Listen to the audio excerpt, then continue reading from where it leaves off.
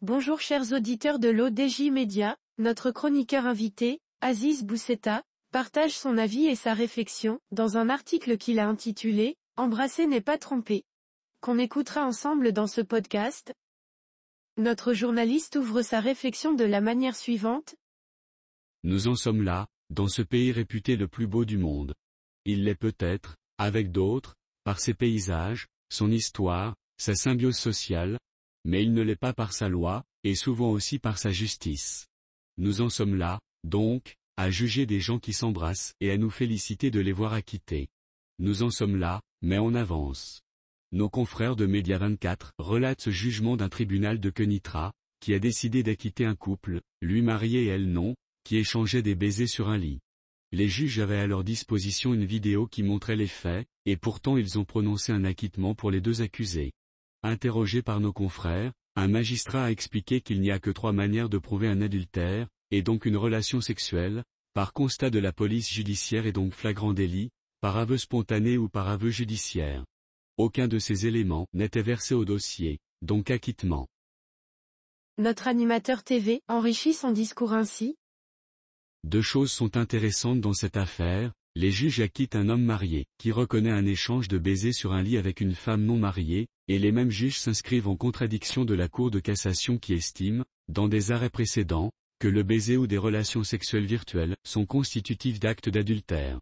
Au-delà du jugement de Kenitra, qui honore ses audacieux auteurs, il importe de relever que certaines juridictions commencent à entrevoir les choses sous un aspect qui rompt avec la vision traditionnaliste, passéiste habituelle. Dans cette affaire, on peut raisonnablement envisager la probabilité d'une relation sexuelle après les baisers sur le lit, comme l'a fait la Cour de cassation dans d'autres dossiers cités par Média 24, mais est-ce une raison pour conduire les coupables en prison? Le Maroc, qui aspire à devenir un grand ou au moins un pays, qui compte sur l'échiquier mondial, ne peut s'offrir le luxe de maintenir de telles dispositions dans son code pénal, de conserver des articles réprimant les actes sexuels hors mariage. Des adultes consentants, quelle que soit leur orientation sexuelle, doivent pouvoir faire ce qui leur convient sans que l'État, à travers sa police, intervienne puis par le moyen de la justice, sévisse. Criminaliser ces actes est tout simplement inepte car de 2 choses l'une, soit l'État et la société s'accommodent du fait d'avoir des lois que très peu de gens respectent, soit il lui faudra se priver de dizaines, de centaines de milliers de talents, tous embastillés pour relations sexuelles hors mariage, et toutes les prisons du royaume et même du monde n'y suffiraient pas. Quant à l'adultère, cela doit devenir et demeurer l'affaire d'un couple et pas de l'État. Police et justice ont certainement autre chose à faire que d'épier les alcôves. Mais le plus préoccupant est qu'un nombre considérable de personnes, interrogées, expriment leur adhésion aux articles 489, homosexualité, 490, relations sexuelles hétérosexuelles et 491, adultère, alors que ces mêmes personnes, dans leur existence quotidienne, acceptent parfaitement de vivre avec ce qu'ils savent pertinemment être interdit.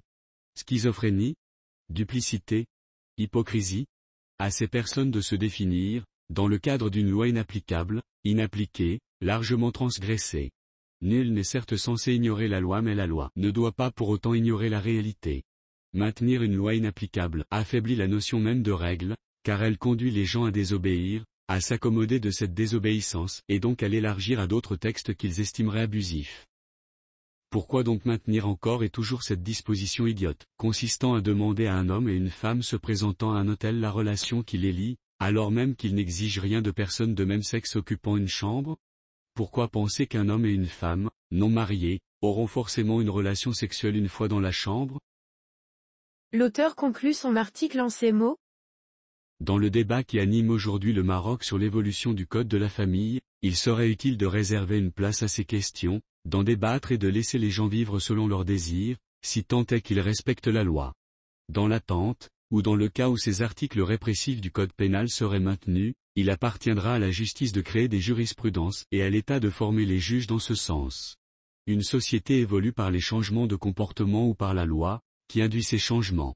Et encore une fois, on ne peut que féliciter et même remercier ces juges de Kenitra qui ont dit le droit. Intelligemment.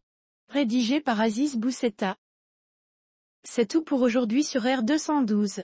On se dit au prochain podcast de nos chroniqueurs invités, restez à l'écoute pour plus d'actualités. Et merci de nous avoir écoutés, à très bientôt.